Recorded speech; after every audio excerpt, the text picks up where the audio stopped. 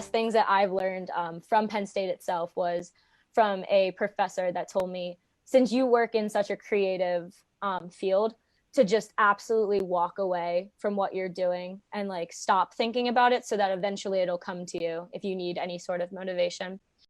Yeah, so I'm Jordan Brown. I'm a 2017 Penn State graduate. I studied agricultural business management. Like Jenna, in the fall of 2017, I was also an entrepreneurship ambassador. We helped to coin what the phrases that you're still using today, make it happen.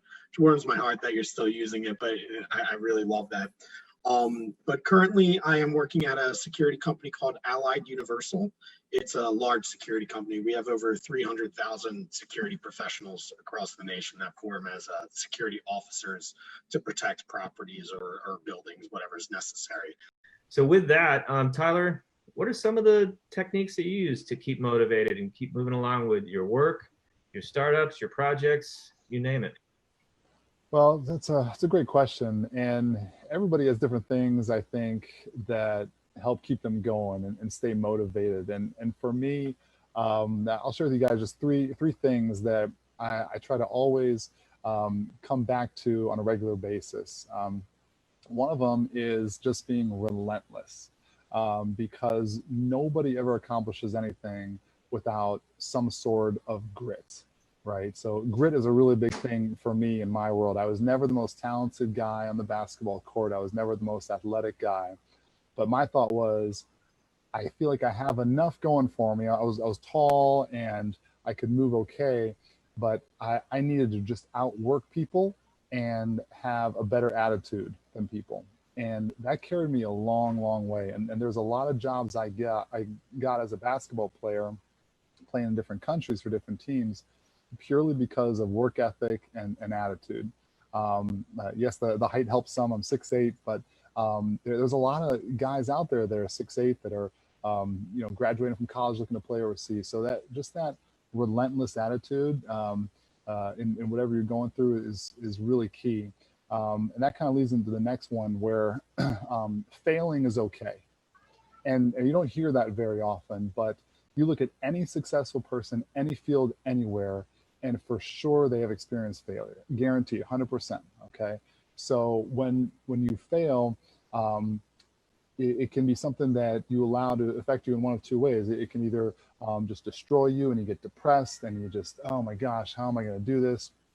Or it motivates you to get better. And I was watching a really neat documentary about Walt Disney and how he expected his teams to fail. He said, if we're not failing at least 50% of the time, we are not pushing the envelope. We are not getting the results that we want to get to really wow people and wow our clients. So that was something that, I had to kind of get used to as an athlete, of being like, you know what, it's okay. That means you're taking a risk, you're putting it out there. But if you're never failing, then really, are you really pushing the envelope as hard as you can? And also the third thing is just being willing to be uncommon. And I grew up, I was always the tallest kid in my class. When I went to school dances, super awkward, right? Number one, I'm not a good dancer. Number two, I'm like head and shoulders above everybody else. I just feel so awkward and out of place. And I didn't really embrace the way God had made me, the way that I was.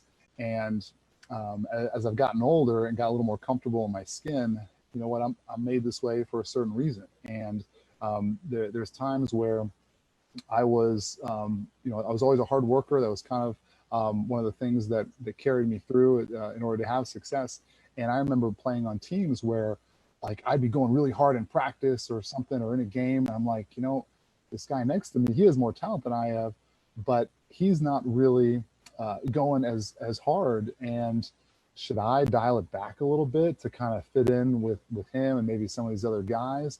And over time, I've kind of realized that it's okay to be uncommon. It's okay to really embrace your own journey.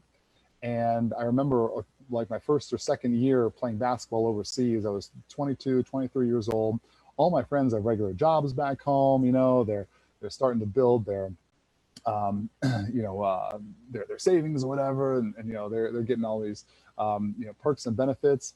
I'm like, I got to bring my own toilet paper to away games in some of these countries. There were not the number of perks that maybe some of my friends had, and My job and lifestyle was so unstable, and there weren't that many people living it.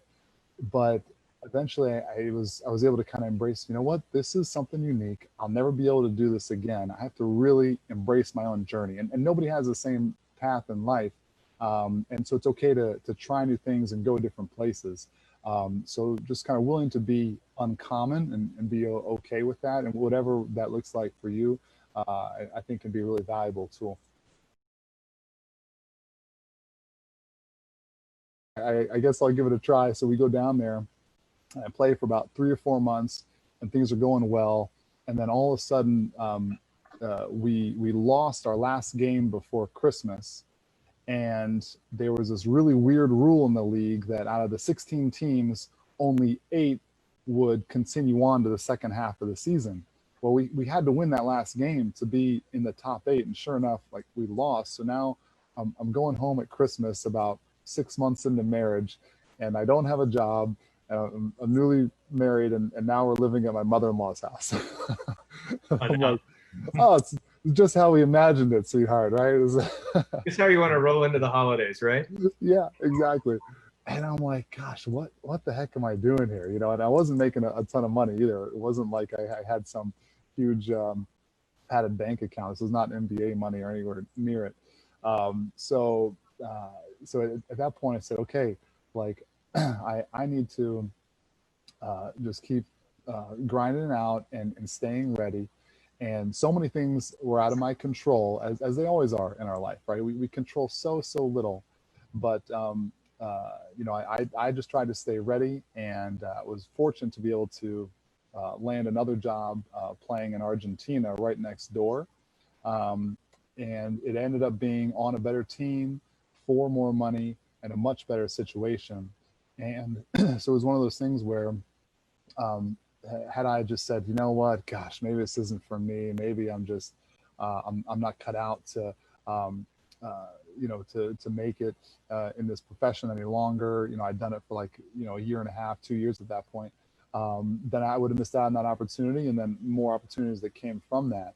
But for me, I just tried to stay focused on being ready, being healthy, because in that line of work, you could get a call and be like, hey, we need you to be in this country within like 24 or 48 hours. So have your passport ready.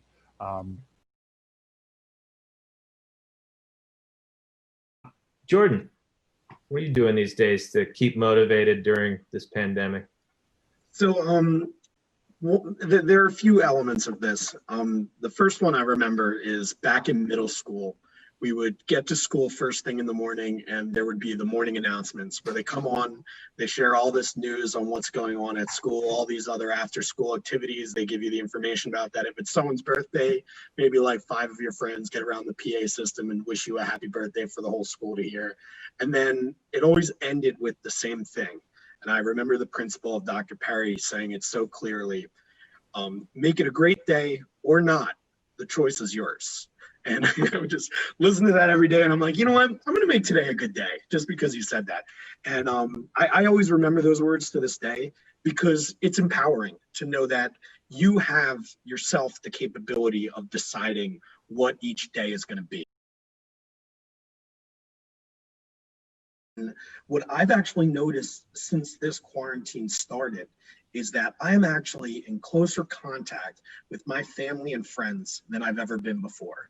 And I'm so much more heavily dependent on it because I have no other way to be in contact with people. And that's the fuel that fuels me to keep going. Stay committed, keep the drive going. And like the tagline is, make it happen. Make it happen was derived on cut the BS and just keep going and keep doing it. To touch off of what Jordan said, my principal also said, make it a great day or not, the choice is yours. And I never forgot that. And I completely agree with you that that's like a really important thing to keep in mind. My 2 points that have been keeping me motivated and driven to keep looking for jobs and being optimistic is to be curious, for one. Asking questions, like I had said before, is super important. There's never really there's some stupid questions, but there's never really a bad question if you truly want to know like what your industry is doing. I have always asked, one of my most common questions that I ask is like, what does your day-to-day like? What people do you collaborate with? Who do you work with? And I think that's a very interesting question because people are so excited to tell you, and people are really eager to let you know like what it is that they're doing. And I find that really encouraging. Advantage. We were the kids that were put into online schooling for the remainder of their college experience. And we were the ones teaching the Zoom lessons to our own teacher and telling them how to get off of mute. So I think that speaks a lot to what we can do and what we can accomplish. So that's keeping me motivated right now. Any last minute thoughts before we jump? If there's anybody that's listening that's also in my same position, I know we've been getting a lot of like, oh, I'm so sorry for you and your position, but just turn it into an opportunity. That's all the advice I have, because it's not a bad thing. It'll eventually work out.